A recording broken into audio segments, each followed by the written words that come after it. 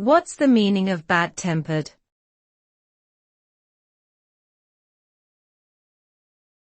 Bad-tempered.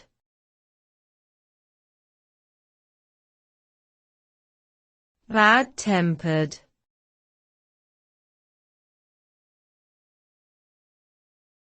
Bad-tempered.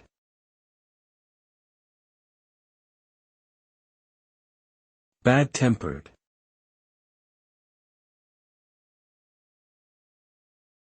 Bad-tempered refers to an individual who has a negative attitude and is easily angered or irritated. This type of person may have a short fuse and be quick to react with aggression or frustration.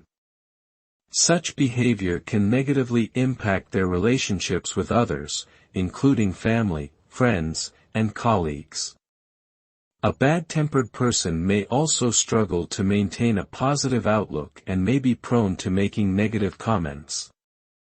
It's important to understand that bad temper can be caused by a variety of factors, such as stress, anxiety, or even physical discomfort.